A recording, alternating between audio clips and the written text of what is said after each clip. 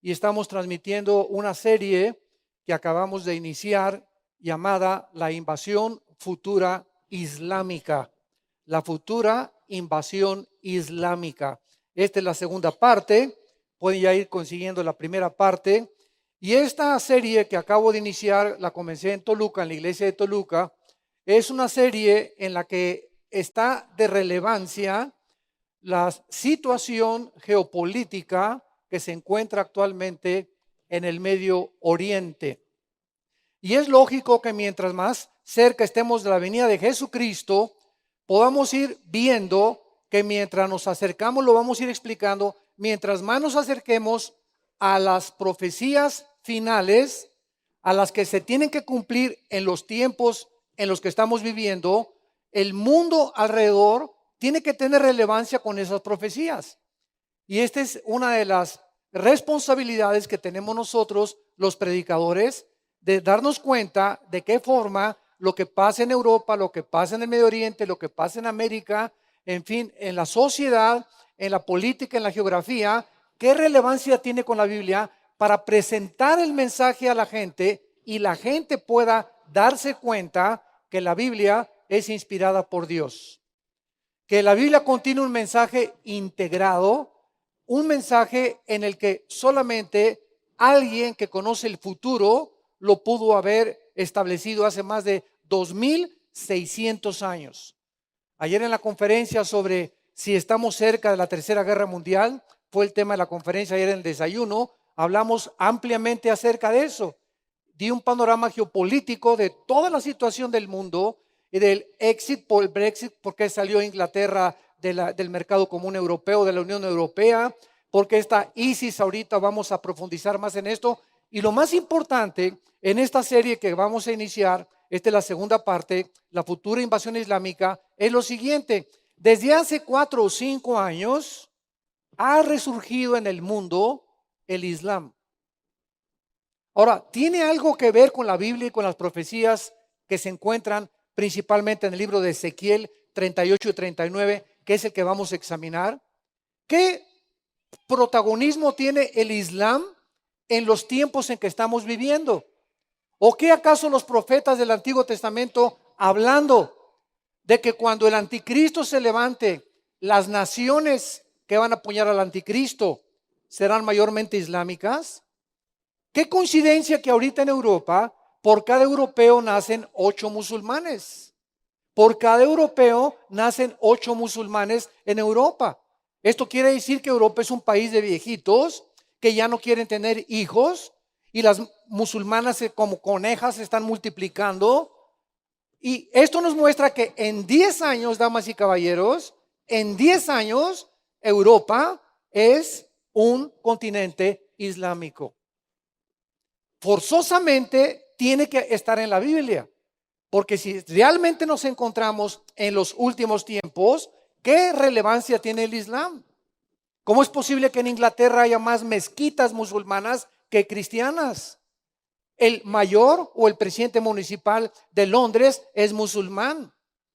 La migración que hay ahorita de Irak y de Siria y del Medio Oriente hacia Europa, ¿qué relevancia tiene? ¿Qué problema tan grande Europa está enfrentando en que si le dan asilo o si no le dan asilo, qué bases bíblicas hay para eso? ¿Qué humanismo? ¿Qué derechos humanos? Todos estos problemas se están conjugando y el mundo está en una crisis donde Europa está siendo afectada tremendamente y donde Europa depende de Rusia el 65% de su gas. Y ante toda esta situación y este vacío que existe, geopolítico y militar, económico, Rusia, China e Irán, que aparecen en las profecías que vamos a estudiar, están tomando ahorita el vacío y llenando el vacío en el Medio Oriente para comenzar a que estas profecías nos muestren realmente que sí nos encontramos, sin ningún lugar a dudas, en la última generación. Nunca como antes es tiempo de tomar en serio a Dios. Y como en los tiempos de Noé, La gente con sus telenovelas ricas y famosas y casándose y comiendo y bebiendo y jajaja, jijiji, y haciendo dinero y criticando y llenos de orgullo y de soberbia, y como un lazo vendrá sobre el mundo, como en los tiempos de Noé. El arca se cerró, Dios cerró la puerta, no fue Noé el que cerró la puerta, fue Dios el que la cerró, porque el Dios es el que cierra y el que abre. Y cuando comenzaron a caer las primeras gotas de la lluvia, cuando comenzó el mundo en el tiempo de no darse cuenta que, Dios mío, el mensaje de este hombre durante los últimos 120 años era una realidad, comenzaron a gritar: ábrenos la puerta, que nos ahogamos. La puerta estaba cerrada, y cuando Dios la cierra, nunca puedes entrar, aun cuando tú creas que te puedes arrepentir. Dice el libro de Hebreos que Esaú procuró el arrepentimiento con lágrimas y Dios no se lo concedió, porque no es cuando nosotros querramos. Dice la Biblia que el arrepentimiento es un don de Dios. Es cuando Dios te habla, no te endurezcas, porque tú no sabes si te va a seguir hablando mañana y la semana que entra. Si tú oyes la palabra de Dios, no te endurezcas por el amor de Dios, porque es cuando Dios habla, cuando tienes la oportunidad. Y Dios no puede ser burlado. Y mucha gente dice: bueno, cuando vaya en la ambulancia y ya estén ahí, que me digan que ya o tengo cáncer, me voy a arrepentir. ¿Sabes una cosa? A Dios no lo puedes burlar. Y si tú piensas, si hay alguien que nos escucha que piensa de esta manera, esa persona se va a dar una sorpresa y la muerte va a llegar a tu vida inesperadamente. Y cuando abras los ojos, estarás en la condenación eterna de tu alma. Abran sus Biblias en Ezequiel capítulo 38 y vamos a comenzar a estudiar en esta segunda parte de esta serie maravillosa.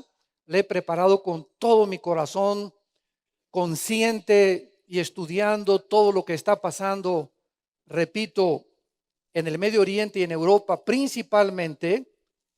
Y los descubrimientos son increíbles, increíbles. Ezequiel es un libro maravilloso, profético, y este libro fue escrito aproximadamente hace más de 2500 años, más o menos en el año 570 antes de Cristo, casi 2560 o 2570 antes de Cristo. Las tabletas del libro de Ezequiel, el libro entero de Isaías, fueron encontrados en los rollos del Mar Muerto en Qumran. Estoy hablando arqueológicamente, señores arqueólogos que nos escuchan y sociólogos. En 1947-48, unos peregrinos cerca del Mar Rojo, allá en Israel, encontraron en unas tabletas de barro rollos, pergaminos, y se encontraba casi todo el Antiguo Testamento.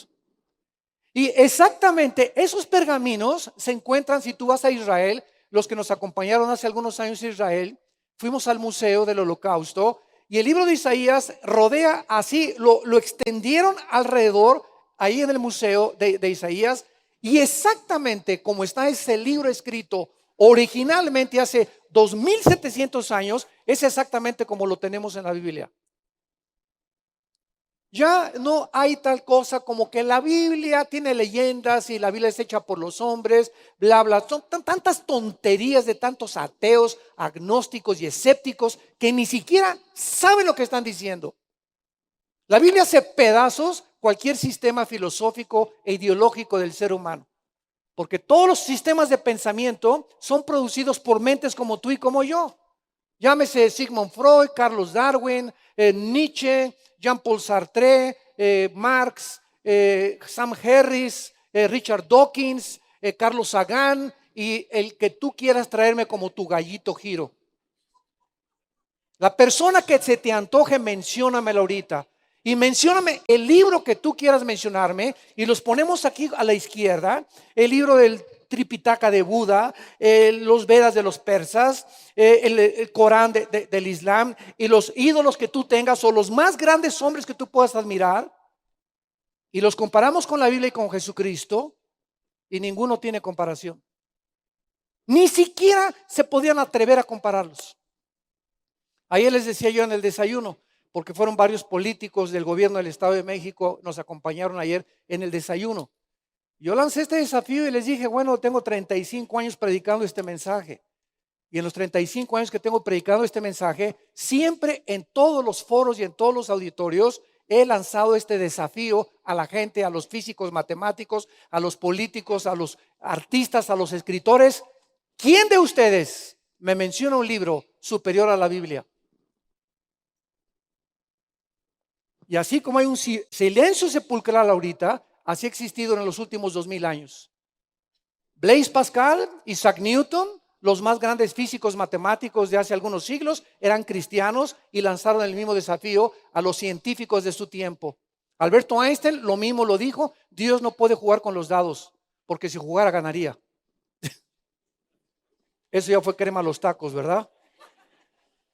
Entonces es increíble, ¿verdad? Que seamos tan privilegiados de tener este libro y de una vez a la semana reunirnos para, después del trabajo y el smog y el periférico y los problemas, reunirnos a escuchar la voz de Dios hablándonos en la Biblia, mostrándonos Dios, prendiéndonos una lámpara y diciéndonos: este es el camino, andad por él. Pon tus ojos en mi Hijo Jesucristo, no te distraigas en este tiempo. Ahorita hay muchas distracciones, no voltees a la izquierda ni a la derecha. Pon tus ojos en la luz, en el camino que te estoy marcando, y no vas a perder la brújula. Y vamos a poder llegar al final con gozo y contentos, no amargados ni desilusionados, con gozo. Y hace que se venga un terremoto, que se caiga el mundo, que vengan tsunamis, aunque las montañas se traspasaran de un lugar a otro, decía David en los Salmos, no temeremos, porque Él está con nosotros. Él está con nosotros. Él vive.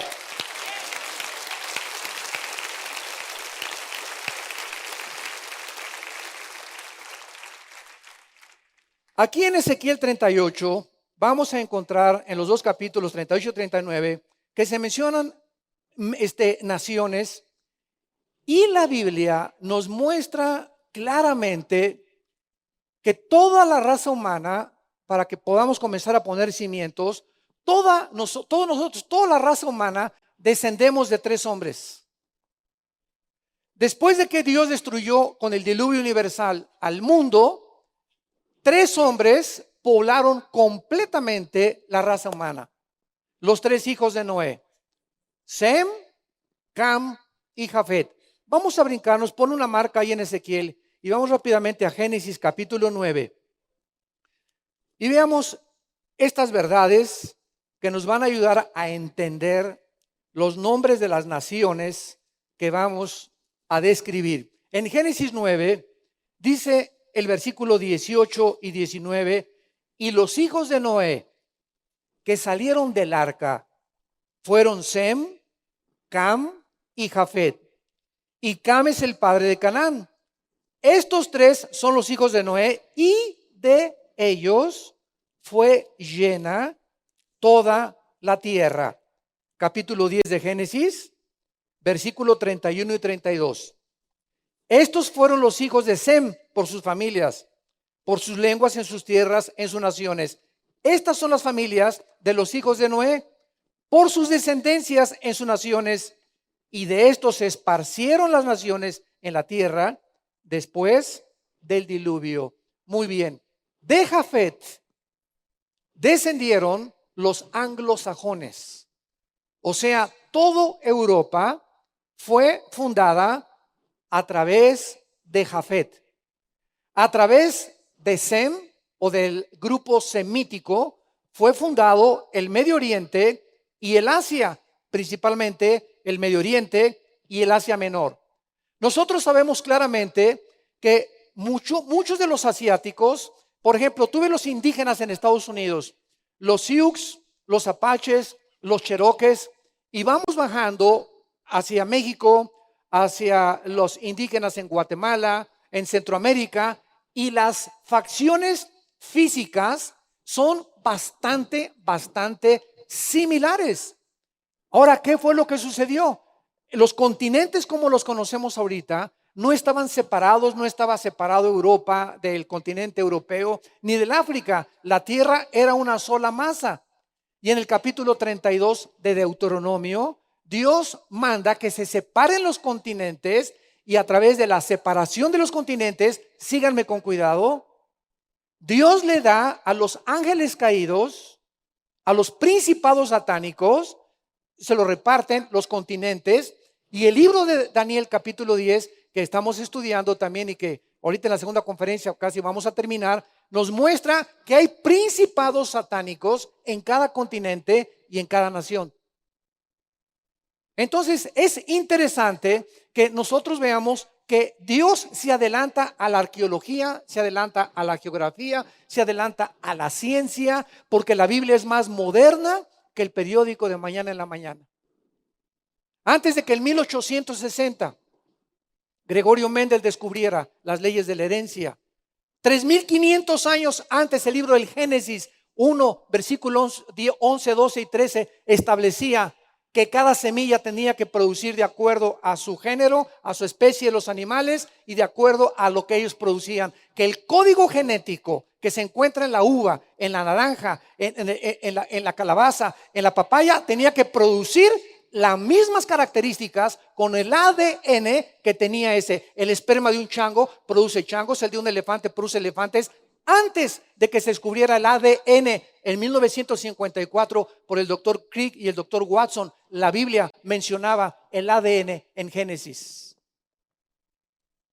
Antes de que se descubriera que el ser humano tiene 19 elementos químicos, flor, azufre, cloro, hierro, etcétera, etcétera, los 19 elementos químicos que forman el cuerpo humano y los 4 gases que forman el cuerpo humano. Dios mencionaba en Génesis capítulo 2 que el hombre fue hecho del polvo de la tierra. Los 19 elementos químicos de la tierra y los 4 gases de la tierra son los que componen nuestro cuerpo, antes que tu padrino Carlos Darwin. Ayer platicaba con un maestro de la universidad que se convirtió en el desayuno de una universidad, me reservo el nombre porque creo que está entre nosotros esta mañana. Y me decía, doctor Alducin, es que es increíble que esta información, yo tengo 22 años enseñando en la universidad, ciencias políticas y filosofía, y jamás se nos ha presentado la oportunidad a los estudiantes de presentarle el otro lado de la moneda. Solamente les tenemos que decir, pues, ¿de dónde venimos? Pues, ontoy, pues del chango.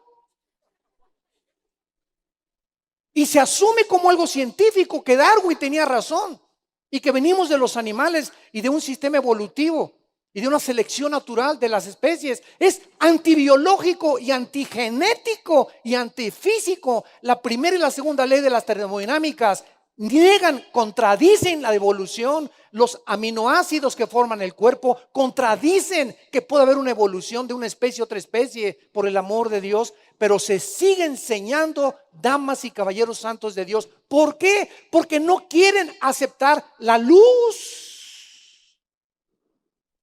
¿Y quién es la otra cara de la moneda? La Biblia.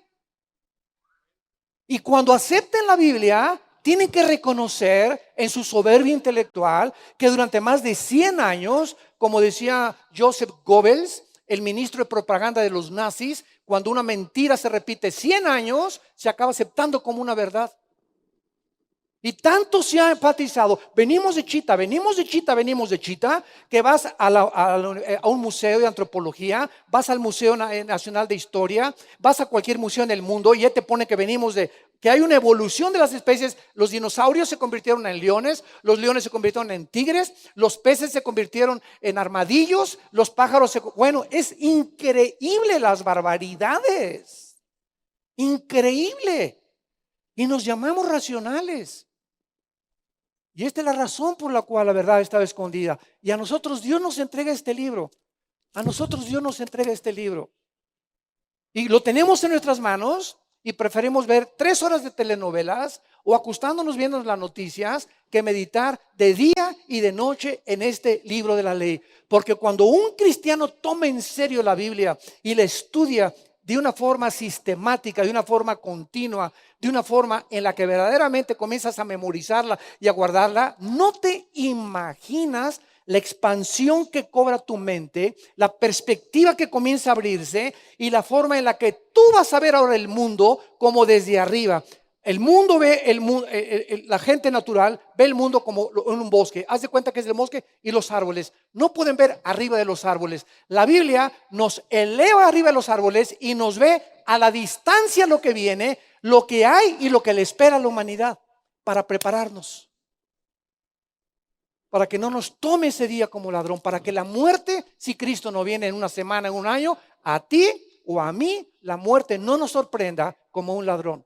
Que hoy en la noche una embolia cerebral, un ataque cardíaco, o te pueden atropellar hoy mismo. Ninguno de los que estamos oyendo sabemos si amanecemos mañana. Nadie sabe si vamos a amanecer.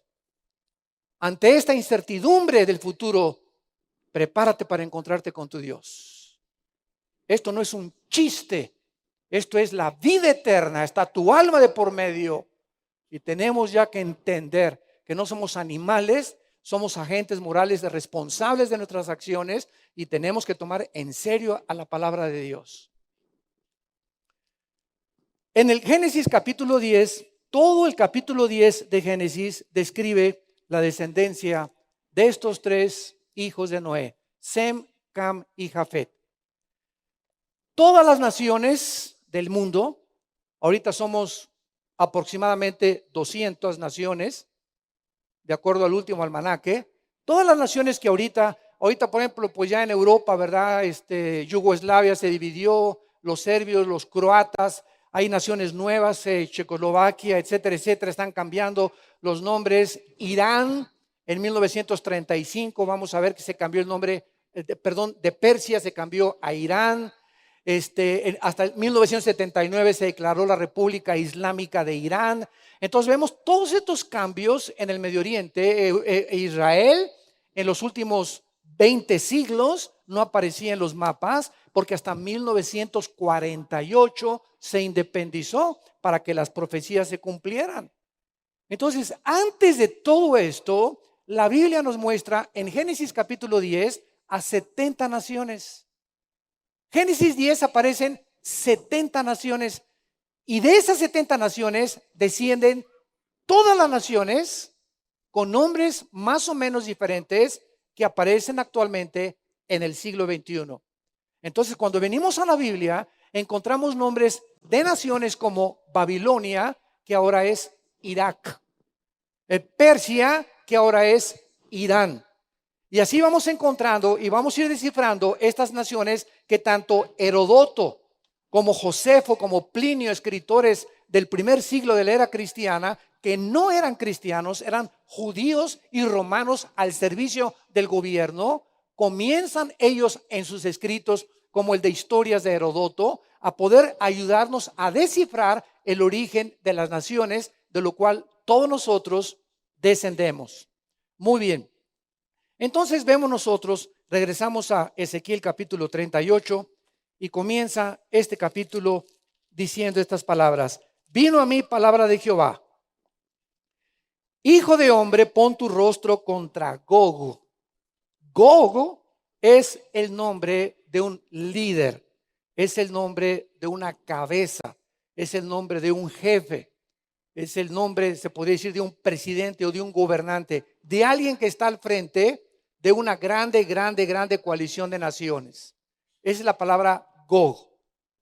Pon tu rostro contra Gog en tierra de Magog. Ahorita vamos a analizar la palabra Magog.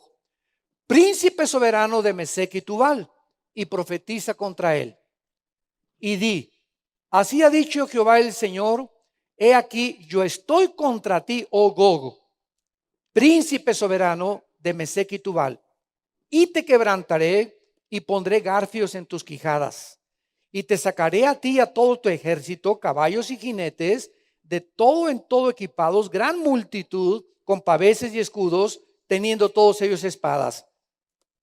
Pongan mucha atención con el versículo 5 y 6.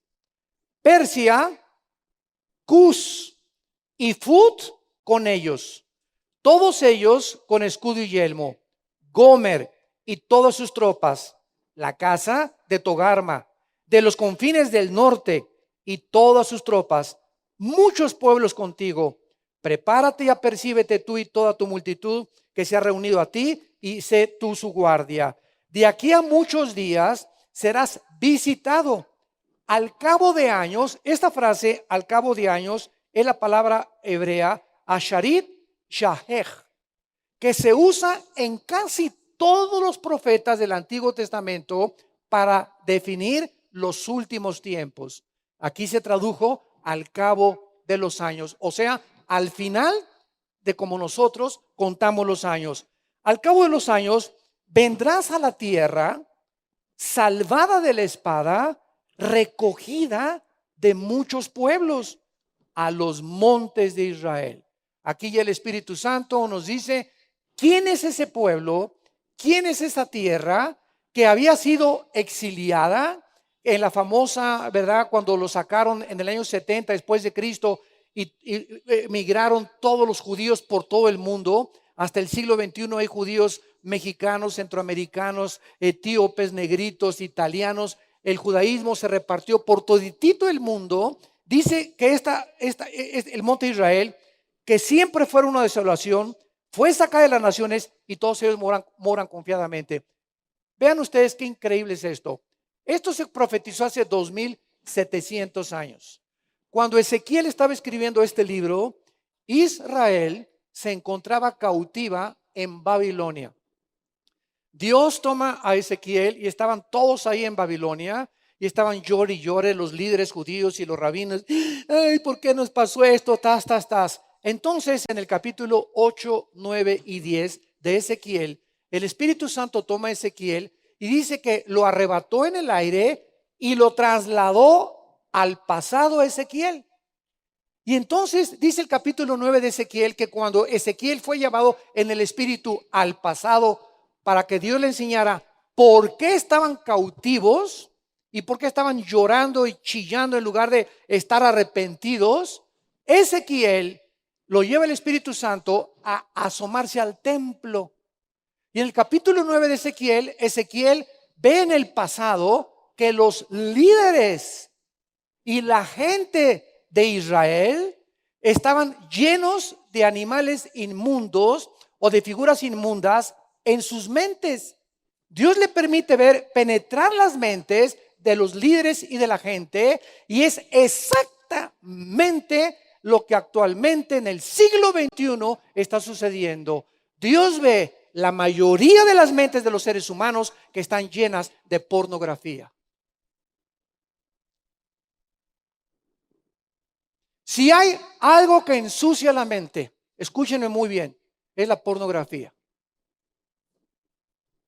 Si hay algo que te mina el carácter, que te infecta la mente, si tú tienes pornografía en tu mente y tú retratas una imagen de un desnudo, se queda como una fotografía impresa aquí. Mientras más tiempo veas, más tiempo tardas en que más profundidad adquiere. Entonces tú vienes a la Biblia y el Espíritu Santo quiere enseñarte algo y te quiere revelar algo, o te quiere dar la solución de cómo salir de tus deudas, o cómo tratar a tu esposa, o cómo solucionar un problema con tus hijos, y de repente hay algo que bloquea al Espíritu Santo. Y luego dices tú, ay, pero ¿por qué el Señor me está pasando estas cosas? Y soy cristiano, etcétera, etcétera. Porque en tu mente Dios no se puede comunicar. Dios necesita la limpieza y la pureza, y sin santidad no se puede ver a Dios. Si no entendemos esto, estamos jugando al cristianismo. Tienes que tomar en serio a Dios. Romanos 12:2. No se conformen a este mundo. En el original dice, no permitas que las imágenes del mundo moldeen tus pensamientos ni tu forma de actuar, sino transfórmate por medio de la renovación del entendimiento para que, y fíjate lo que dice al final Romanos 12:2, para que compruebes, o sea, mientras no limpiemos nuestra mente, mientras no cambiemos nuestra manera de pensar, no vamos a comprobar qué cosa. Y dice ahí en Romanos 12:2, la buena voluntad agradable y perfecta de Dios. Hermano, ¿y con quién me casaré? ¿Y puedo comprar ese carro? ¿Usted cree que sea buena idea comprar esa casa que me están ofreciendo ahorita? Y no sé qué carrera estudiar. y tengo 21 años y estoy, etcétera, etcétera. Bueno, ¿quieres comprobar la voluntad de Dios? Nosotros los pastores no somos dioses. Yo no te puedo decir cuál es la voluntad de Dios, es imposible. El camino de Dios para todos nosotros es diferente. Pero el consejo que te doy yo, memoriza Romanos 12:2 y dice la Biblia que si tú comienzas a limpiar tu mente y te sacas los programas, los softwares de Marx, de la pornografía, del ateísmo, del escepticismo, de la ideología, del odio, del rencor, la amargura que tienes y no va para afuera esas cosas, los programas de Dios no pueden ocupar el mismo espacio. Dos cuerpos no pueden ocupar el mismo espacio. Es una ley física.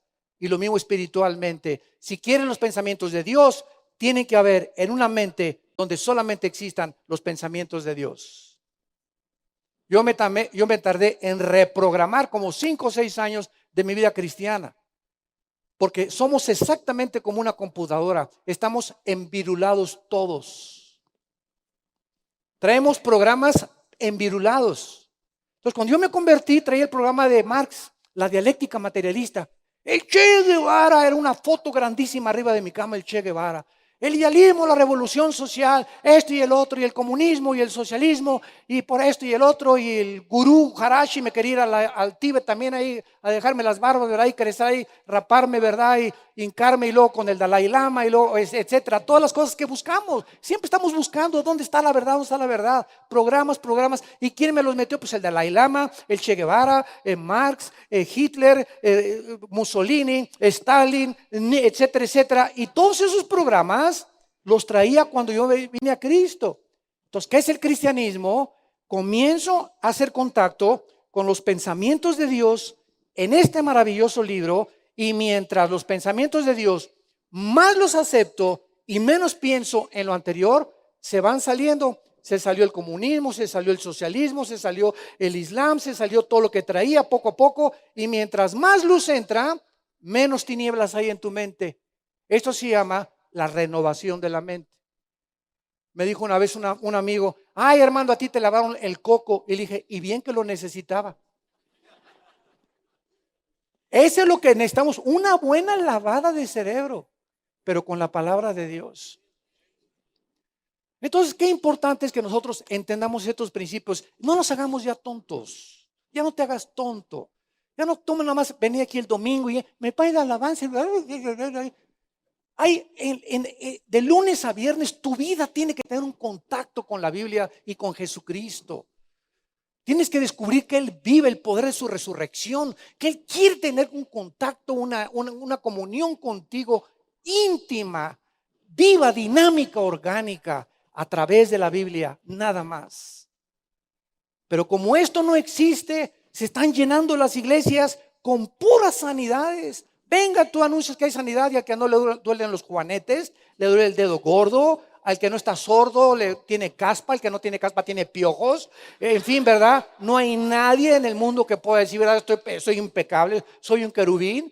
Y a través de todas esas cosas, porque la gente va exactamente como en los tiempos de Cristo, me siguen porque les di pan y se saciaron. La generación perversa y maligna, dijo Jesús, busca señales, pero señales no les serán dadas más que la del Hijo del Hombre. Porque como estuvo Jonás 3 días y 3 noches en el vientre de un pez, el Hijo del Hombre estará 3 noches y 3 días debajo de la tierra. O sea, la resurrección de Jesucristo nos basta para saber que Dios vive. No necesito ver a un paralítico levantarse. Muy bien.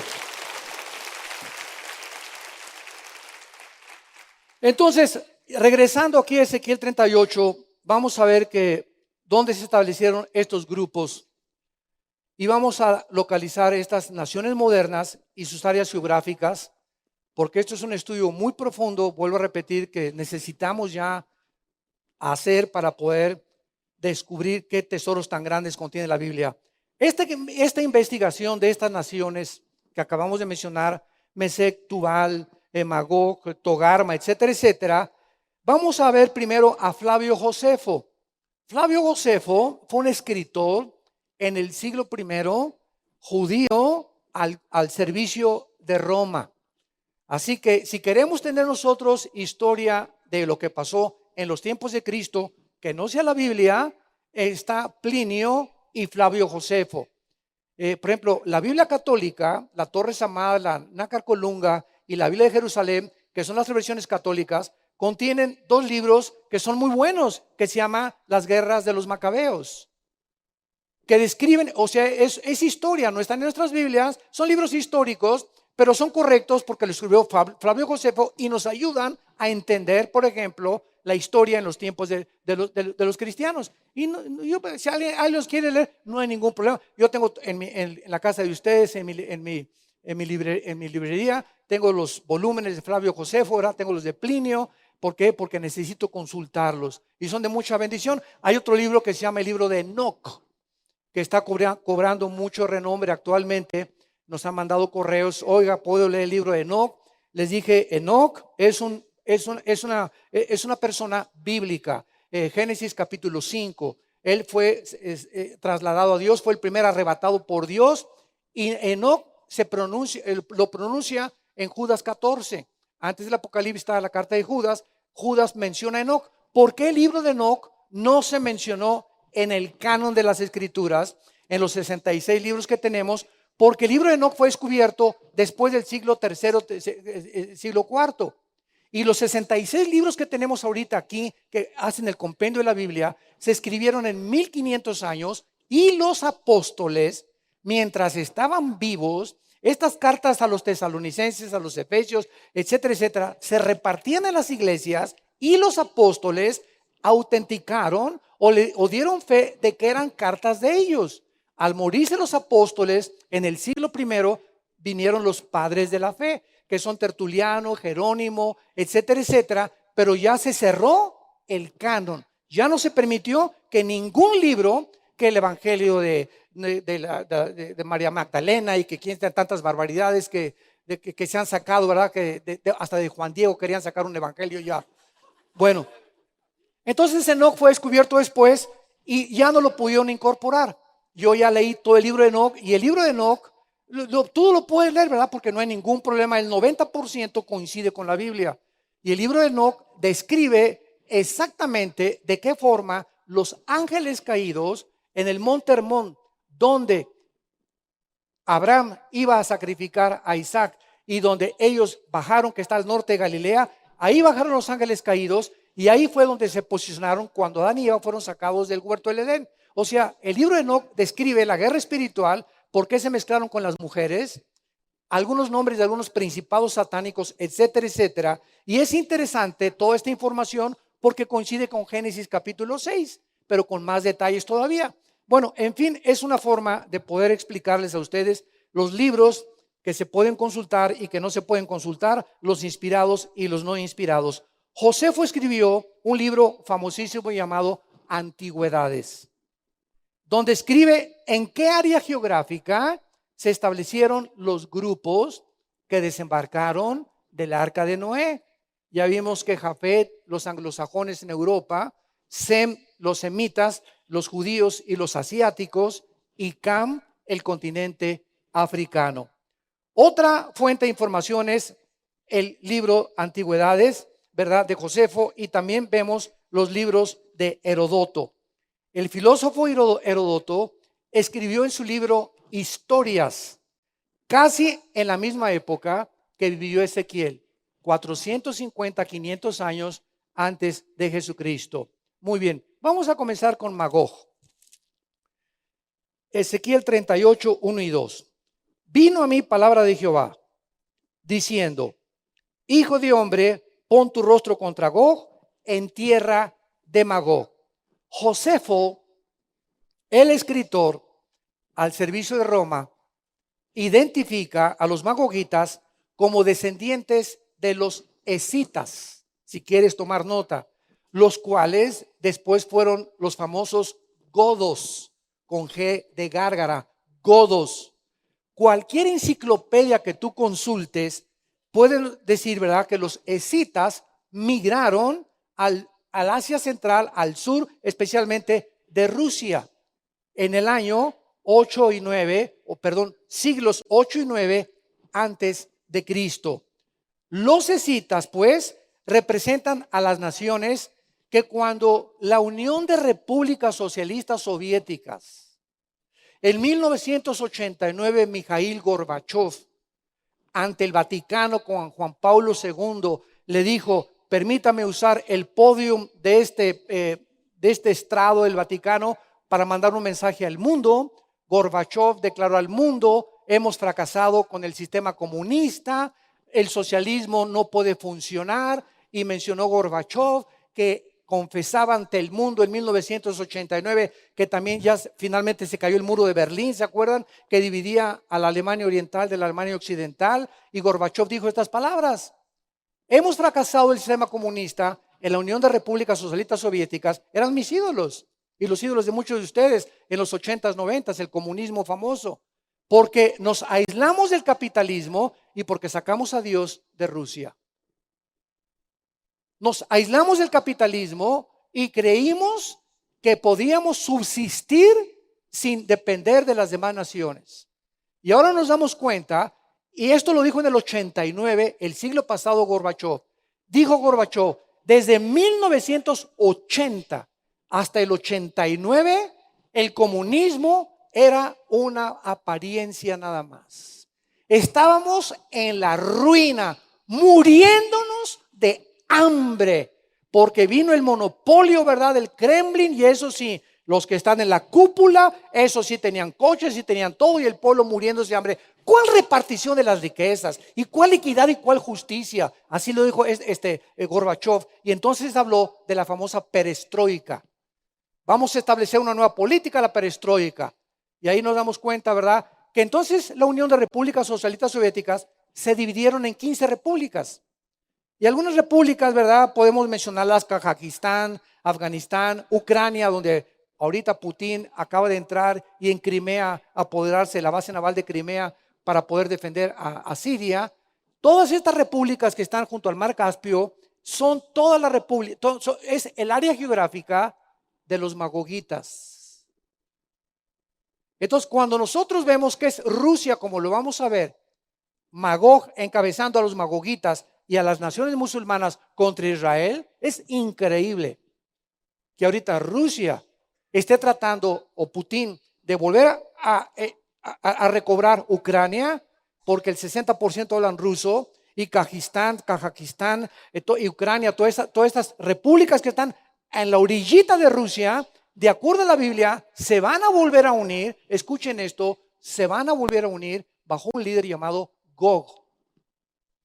Muchos juran, escatólogos, amigos míos, que es Putin. Yo no lo sé, pero de acuerdo a la cercanía en que nos encontramos, puede también Putin ser Gog, porque trae toda la mente de Gog.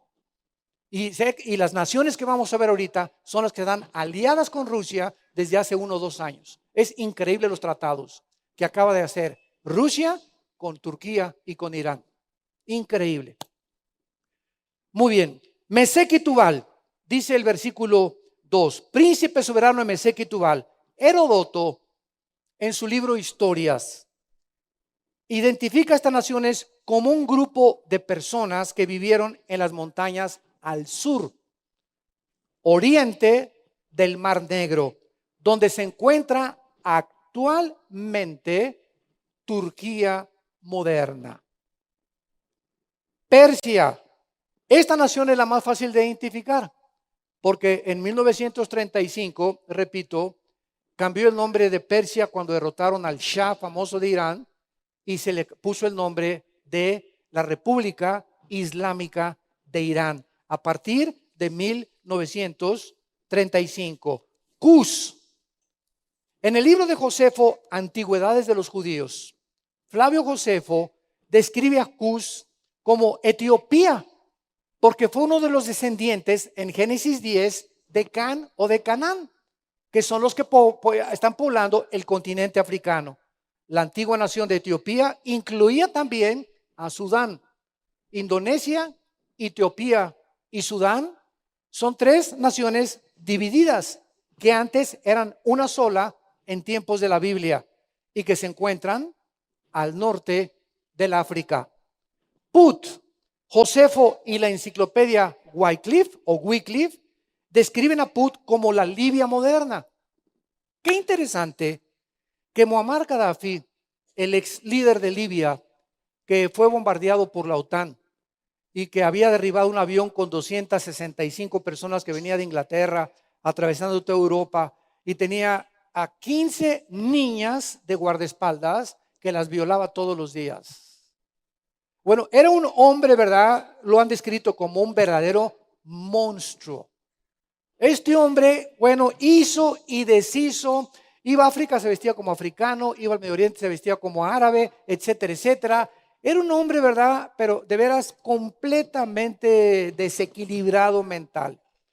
Y este hombre que tenía palacios y millones y que quería también conquistar el Medio Oriente, etcétera, etcétera, llegaron, ¿verdad? Los mismos de su propio pueblo, los mismos libios, y cuando la OTAN comenzó a bombardear el Trípoli y las principales ciudades de Libia, Muammar Gaddafi se fue con dos de sus hombres, todos lo abandonaron y se metió a un tubo de PVC, creo que era de PVC, pero así un tubo grandísimo que tenían junto a la carretera, ahí se metió escondido.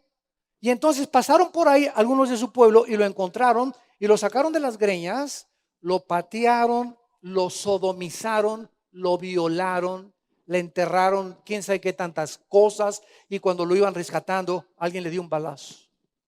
Murió exactamente como él había tratado a la gente, como un animal.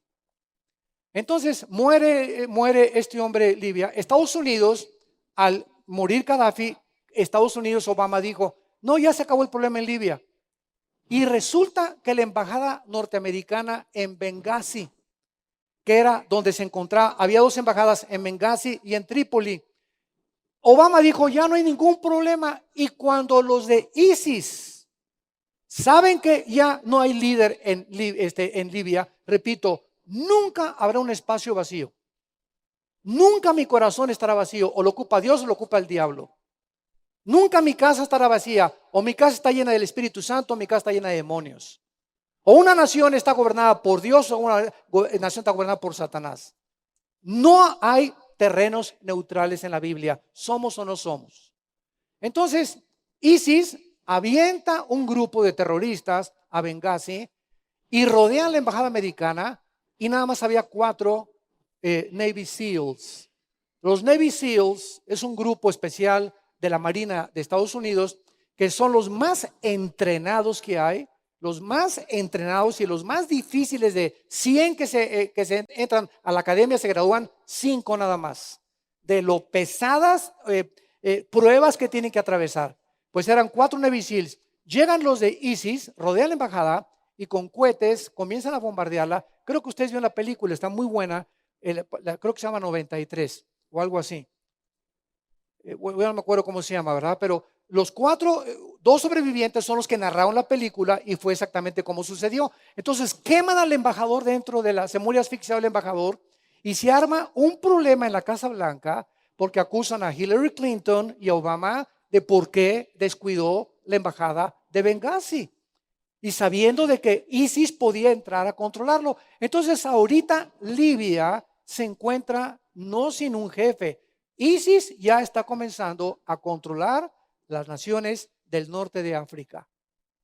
Entonces vemos cómo comienza a cuadrar todo, porque aquí en este libro que se llama la Biblia, las naciones que antes pertenecían a la Unión de Repúblicas Socialistas y las naciones que menciona como Cus, que son Etiopía, Sudán y que son el norte de África, son exactamente las naciones que ahorita las estamos viendo alineadas, los protagonistas de la próxima guerra en el Medio Oriente. Y Gomer y Togarma, Josefo lo identifica como Galacia, a los galos, los famosos galos, llamados también gomeritas. Galacia fue el área donde el apóstol Pablo predicó y fundó la iglesia, y la carta a los Gálatas es actualmente Turquía. Turquía se menciona 2 veces en estas naciones como las naciones que se unirán en los últimos tiempos para invadir Israel. Veamos ahora, apunta a las naciones identificadas: Libia, Sudán, Etiopía, Irán, las del Asia Central, que son Kazajistán, Turquistán, que están junto al Mar Caspio, y Turquía. Estas naciones, de acuerdo a hace 2600 años, son los protagonistas en el siglo XXI, ante nuestros ojos, que ya se formaron. Y escuchen esto: si en el versículo que leímos de Ezequiel, vendrás contra una tierra que fue salvada de la espada, para que esta profecía se cumpliera, Israel tenía que regresar a su tierra. Si en 1948 Israel no regresa a su tierra, no se podía cumplir esta profecía. Si el anticristo va a hacer un trato con Israel, se tenía Israel que regresar a su tierra. Si se va a reconstruir el templo, como está profetizado en 2 Tesalonicenses y en Apocalipsis capítulo 11, forzosamente tenía que Israel regresar a su tierra. En 1948, el 14 de mayo, cuando ante los ojos expectantes del mundo, Israel se independiza como una libre nación soberana, independiente, etcétera, etcétera, ante el mundo, en un día la Liga de Naciones, que en aquel, ahora son las Naciones Unidas, en aquel tiempo la Liga de Naciones en los 40, 50, la declara independiente y soberana de votos, de 23 votos contra 9 que hubo para que regresaran a su tierra, a las 5:30 de la mañana, en que David Ben-Gurión, el primer ministro de Israel, agarró el radio: declaramos el Estado de Israel libre, soberano e independiente ante las naciones. Y venía toda la algarabía: gloria a Dios, Baruch Hashem Adonai Elohim, alabado sea el nombre del Señor. Media hora después, los árabes los atacan. Comenzando la inauguración, 30 minutos después, 4 naciones árabes se vienen contra ellos para querer sacarlos, desobedeciendo el ultimátum que dio las Naciones Unidas o la Liga de las Naciones. Y desde entonces, del 48 a nuestros días, damas y caballeros, vino la guerra del 56, la guerra famosa del 67, los 6 días, ¿se acuerdan? De junio del 67, que se juntaron 6, 7 naciones árabes, y dijo el presidente en aquel tiempo de Egipto, Gamal Nasser: acabemos con Israel, extirpémoslos y echémoslos al Mediterráneo. Y entonces se juntaron 7 naciones, y escuchen esto: dentro de las leyes de las probabilidades que Israel tenía de salir vivo en esa época, eran las siguientes. Ahorita somos como 1,500, 1,600 personas o 2,000 personas aquí en este auditorio. ¿Qué probabilidades tendríamos? Ustedes que son matemáticos, en la ley de las probabilidades matemáticas, si tuviéramos 10 rifles y nos rodeara un ejército de 5,000 soldados con M1s, ¿saben ustedes las probabilidades que existirían para salir vivos? 10 a la 12ª potencia. 10 multiplicado por 1, por 2, hasta el 2, que es casi infinito. Esas probabilidades tenía Israel. Entonces, el 2 de junio de 1967, hasta ahorita los pilotos de Israel son los mejores pilotos del mundo. Más que los rusos en sus MiGs, más que los F-16 y los nuevos F-21 de los norteamericanos, más que los aviones y los pilotos de los ingleses. Nadie desde hace más de 60 años ha superado a la aviación israelí. Se subieron en 4 aviones, 4 pilotos israelíes, porque interceptaron a un sargento iraquí que los iban a atacar. Y el 2 de junio, como a las 4:30 de la mañana, en sus 4 aviones bombardearon todo el aeropuerto del Sinaí de Egipto, se fueron contra Jordania y se fueron contra Siria, y acabaron en 2 horas con toda la aviación de las naciones árabes que los querían atacar. Una vez que ellos controlaron el aire, entonces lanzaron la artillería y la infantería, y el 6 de junio, 6 días después, los judíos estaban casi tomando la península del Sinaí y Egipto. Se encontraban en las colinas del Golán, que es la frontera del mar de Galilea con Siria, y toda la franja de Gaza. ¿Y saben ustedes por qué ganaron en 6 días? Porque el 7º tenían que descansar. Así dijo Jehová Dios tuyo. Ahí está.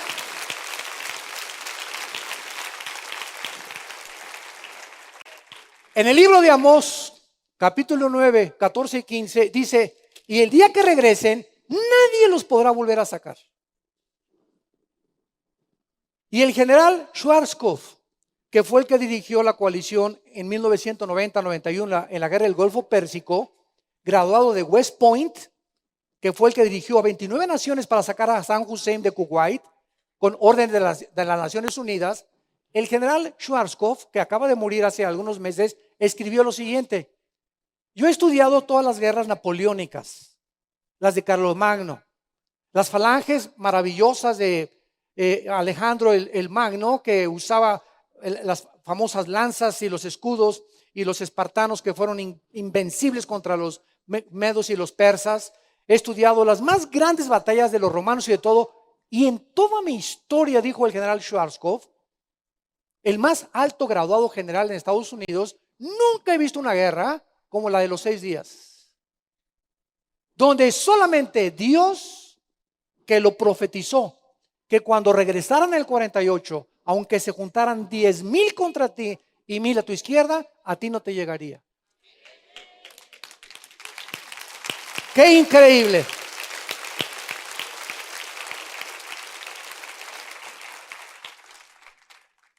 Y vemos nosotros que después del 67 vino 1973, la guerra de Yom Kippur. Otra vez volvieron a atacarlos y volvió a ganar Israel. Nunca desde el 48 Israel, nunca ha iniciado el ataque contra nadie. Siempre se ha defendido. Pero los medios de comunicación masivos que manejan a las mentes de los seres humanos han hecho ver, ¿verdad? Como hace poco cuando bombardearon desde la Franja de Gaza los palestinos a Israel, el grupo de Hamas, dirigido por Mahmoud Abbas, comenzaron a meter los proyectiles en las escuelas y en los hospitales, y desde ahí los lanzaban contra Israel. Y cuando Israel les contestaba el fuego, traían a los periodistas: miren, están matando civiles. Y el mundo se tragó el anzuelo creyendo que eran los invasores. Hasta que pasaron 2 meses cuando el primer ministro Benjamín Netanyahu dictaminó, ¿verdad? Y sacó pruebas desde los satélites de que los misiles se encontraban en los hospitales y en las escuelas. Y nunca la ONU condenó al grupo de Hamas. Por cierto, la palabra Hamas con H en el hebreo significa los violentos. Y es la que encontramos precisamente en la Biblia. Después se levantó Yasser Arafat, otro padrino tuyo. Yasser Arafat forma la Organización para la Liberación de la Palestina con el único propósito: exterminar a Israel. Y durante años él comienza a lanzar ataques terroristas, y en 1972, en las Olimpiadas de Múnich, en Alemania, un grupo de Yasser Arafat se mete al campus donde están todos los atletas y se van donde están los judíos. Secuestran a todos los atletas judíos, comienzan a pedir millones de dólares de intercambio, total que no se pudo hacer la negociación. Y cuando los atletas judíos los iban a sacar los secuestradores en helicópteros, alguien lanza una granada y los matan a todos. Y desde 1972 hasta más o menos en los 90, el Mossad, el servicio secreto de Israel, declaró y juró encontrar a todos, y los ha perseguido a todos, tanto a los nazis como a los generales, porque ellos no le perdonan la vida a nadie que haya intentado destruirlos. Y esta es la historia que tenemos nosotros actualmente de estas naciones. La próxima clase vamos a ver cuándo será esta invasión, que va a ser un objeto de un análisis también bastante profundo. ¿En qué tiempo nos encontramos en que Rusia ya lance, o Corea del Norte, misiles a Estados Unidos? Y de acuerdo al cuarto sello de Apocalipsis capítulo 6, una cuarta parte de la humanidad morirá. Y no van a ser los europeos, ni tampoco los asiáticos. Las bombas se vienen sobre el continente americano, donde tú y yo vivimos. Si tú cuentas ahorita desde Alaska hasta la Patagonia, somos 1,000 millones de personas que habitamos el continente americano. Actualmente somos 7.5 billones de habitantes que poblamos 200 naciones del mundo. ¿Cuánto sería la cuarta parte? Más del doble del continente americano va a desaparecer. ¿Estás tú listo? Prepárate para encontrarte con tu Dios. Arrepiéntete de tu vida. Toma en serio la vida. La vida no es un juguete, ni Pinocho, ni Viruti Capulina. La vida es algo serio, algo por lo cual tenemos que entender que si tú estás vivo y yo estoy vivo en esta mañana, es por la misericordia de Dios, porque Dios no ha acabado con tu vida y Él quiere guiarte a una cruz. Oremos.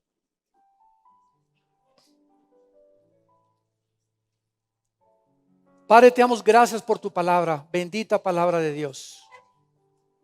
Los cielos y la tierra pasarán, pero tus palabras permanecerán. La suma de tu palabra es la verdad. La exposición de tu palabra alumbra nuestros ojos. Y sin santidad, la Biblia dice, nadie puede ver a Dios en la Biblia. Señor, te damos las gracias porque tú anhelas nuestra pureza, nuestra humildad, nuestra mansedumbre para recibir la palabra implantada en nuestros corazones. Tú anhelas que seamos conformados a la imagen de tu Hijo. Más de las muchas cosas que podamos hacer, a ti te interesa, más de lo que hacemos, lo que somos. Porque quieres formar un carácter, el carácter de Jesús en nuestra vida personal. En esta mañana, Él es el que te ha hablado a través de la Biblia, el que abrió sus manos en una cruz y dijo que te amaba. Dios te ama. Dios es bueno. Dios nos ama. Dale la oportunidad en esta mañana, y a ustedes que nos escuchan por las redes sociales, por el internet, dale la oportunidad de entrar a tu vida. No te endurezcas. Hoy es el día de tu decisión. Hoy es el día de tu salvación. Hoy es el día que puedes pasar de las tinieblas a la luz admirable del Hijo de Dios. ¿Qué tengo que hacer? Me preguntarás. Dile simplemente estas palabras que salgan con todo tu corazón. Eterno Padre que estás en el cielo, Creador de los cielos y de la tierra, te doy gracias porque enviaste a tu Hijo hace 2000 años a morir en una cruz para que Él pudiera pagar lo que yo nunca hubiera podido pagar con mis buenas obras ni con mis sacrificios. Esto lo hiciste para que yo comprendiera tu gracia, que me aceptas tal como soy de pecador, de pecadora. Y gracias por esa sangre, Jesús, que tú derramaste, que yo puedo ser limpiado, que puedo ser limpiada en este instante de todas mis maldades, de todos mis pecados, y tú me prometes que nunca te acordarás de mi pasado. Nunca. Ahorita paso de las tinieblas a la luz y soy una nueva criatura ante tus ojos, donde mi pasado es borrado totalmente por la sangre de tu Hijo, y te acepto, Señor Jesús, como mi Señor y mi Salvador, eternamente y para siempre. Gracias. Amén.